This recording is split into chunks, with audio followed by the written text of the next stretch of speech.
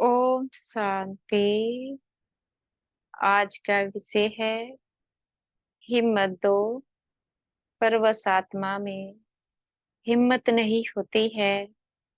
बाप ने आपको कैसे परिवर्तन किया।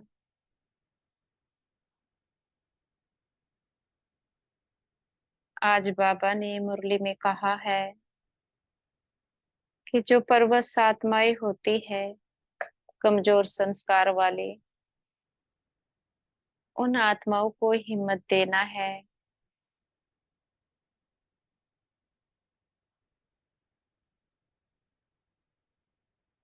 क्योंकि उन आत्माओं में हिम्मत नहीं होती, तो पहले तो हमें जानना पड़े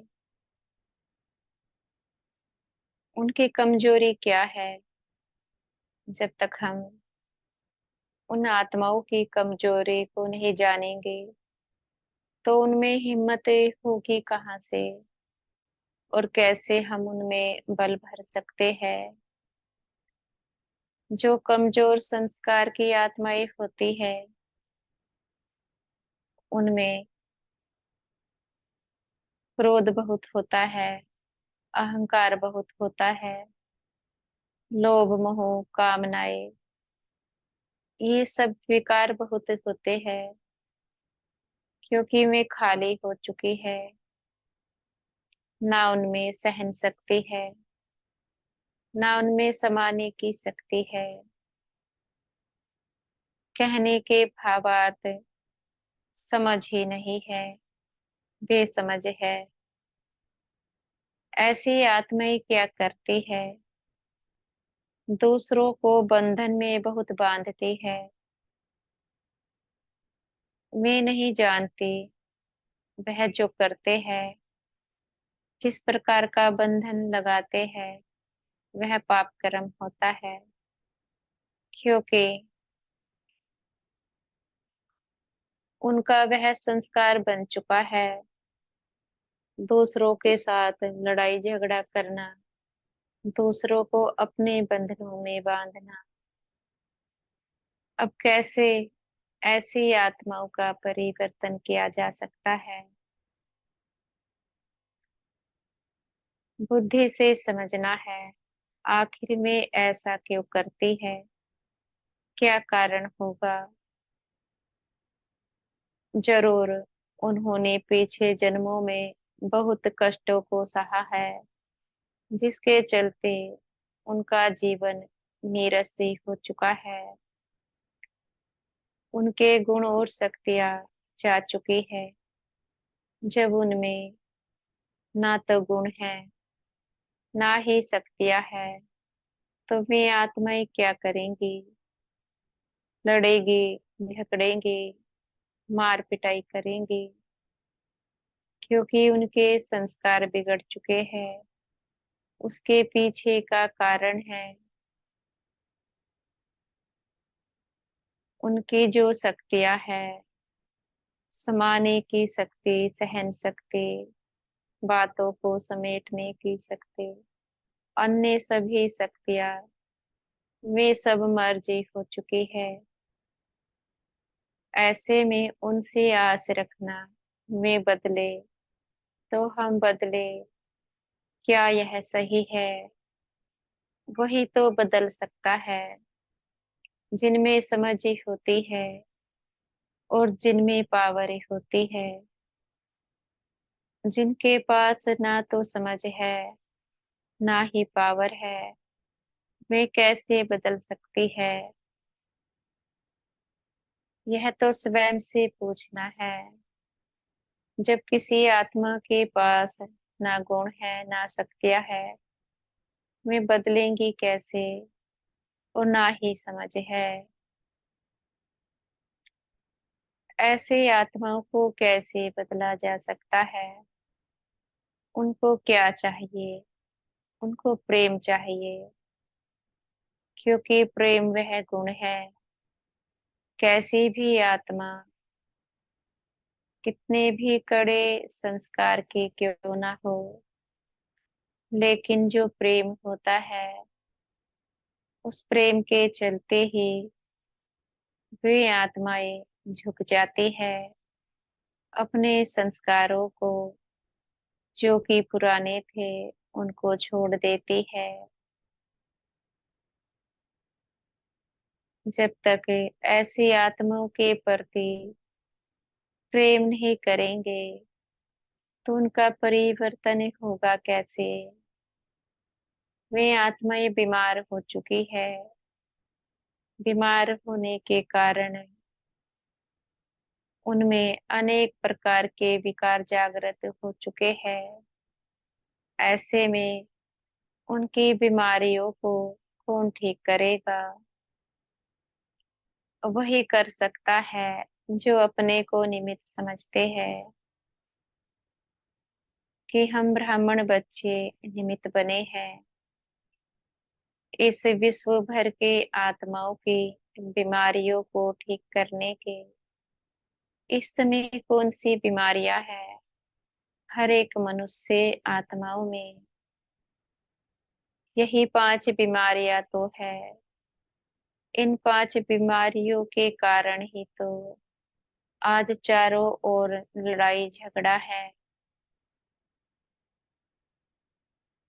जब तक एक दृढ़ संकल्प नहीं करते हैं कि कुछ भी हो जाए हमें कमजोर संस्कार वाली आत्माओं का परिवर्तन करना ही करना है, तब तक जो मन बुद्धि संस्कार है वे धोखा ही देते रहेंगे। इसलिए पहले दृढ़ संकल्प, कुछ भी हो जाए किसी की कही हुई व्यर्थ और नेगेटिव बातों के प्रभाव में नहीं आएंगे। किसी आत्मा का संस्कार स्वभाव कैसा भी हो, बस सबको प्रेम देना है। जो प्रेम देते हैं वह ईश्वर के करीब हो जाते हैं, क्योंकि वह हमें कौन सा पाठ सिखाने आए हैं, प्रेम का। प्रेम की कमी के कारण ही तो आज यह दुनिया इतनी दुख में है। अगर प्रेम होता तो आज इस दुनिया में इतना दुख नहीं होता। इसलिए प्रेम को बढ़ाना है, बुद्धि का प्रयोग करना है। आत्माएं खाली है, ना उनमें गुण है ना शक्तियां है। जिनके पास गुण और शक्तियां होती है वही तो दूसरों को दान कर सकते हैं, और जिनके पास है ही नहीं वे कहाँ से दान करेंगे। कहने के भावार्थ है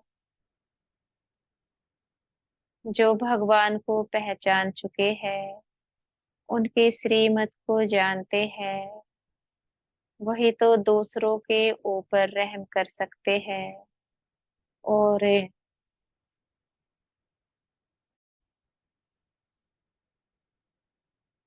जो विकारों के अधीन आत्माएं हैं उनको सही मार्ग पर ला सकते हैं। कुछ आत्माएं ऐसी होती है जो समझाने से नहीं समझती है। ऐसी आत्माओं के प्रति शुभ भावनाएं सदा रखनी है। उनके प्रति यह संकल्प ना चले इनके संस्कार तो ऐसे हैं वैसे है, इनका स्वभाव ऐसा है। नहीं, यह गलती हो जाता है, क्योंकि संकल्प कौन सा किया है उनको परिवर्तन करने का, उनको प्रेम देने का तो विचार करना है। बाबा हमें किस प्रकार से पालना देते हैं, क्या कभी कहते हैं तुम कमजोर आत्मा हो। किस प्रकार से समझाते हैं और उठाते हैं, कितने टाइटल से हमें देते हैं। उसी प्रकार से हमें भी तो वही कर्म करने हैं जो बाबा ने किए हैं। तभी तो ब्रह्मा बाप को फॉलो किया जा सकता है।